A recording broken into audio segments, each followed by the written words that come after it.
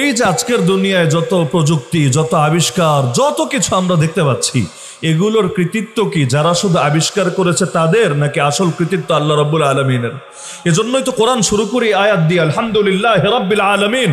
সমস্ত প্রশংসা আল্লাহর, সমস্ত প্রশংসা, ভাগাভাগি নাই যে 50% আল্লাহর, 50% বান্দার, 80% আল্লাহর, 20% বান্দার, না, সমস্ত প্রশংসা আল্লাহর। যেই আল্লাহর এক নম্বর পরিচয় হলো রাব্বিল আলামিন, তামাম জাহানের রব যিনি, তামাম জাহানের পরিচালক তিনি, নিয়ন্ত্রণ তিনি, মালিক তিনি। আল্লাহু লা ইলাহা ইল্লাহু আল হাইয়ুল কাইয়ুম। কাইয়ুম বলে তারে, সবকিছু নিয়ন্ত্রণ আছে যার হাতে। এজন্য কোনো মানুষকে কাইয়ুম বলি না আমরা, মানুষকে আব্দুল কাইয়ুম বলা যায়। কাইয়ুমের গোলাম, কাইয়ুমের বান্দা। কাইয়ুম একজনই, তিনি কে? আল্লাহ। তো আল্লাহ সবকিছু যেহেতু নিয়ন্ত্রণ করেন, অতীতে ওদের মাথায় আসে নাই যে এইরকম সুন্দর একটা নাম রাখা যায়। কেন? এই নামটাও আল্লাহ তাআলা ইনটেক রেখে দিয়েছেন মুহাম্মদুর রাসূলুল্লাহ সাল্লাল্লাহু আলাইহি ওয়াসাল্লামের জন্য।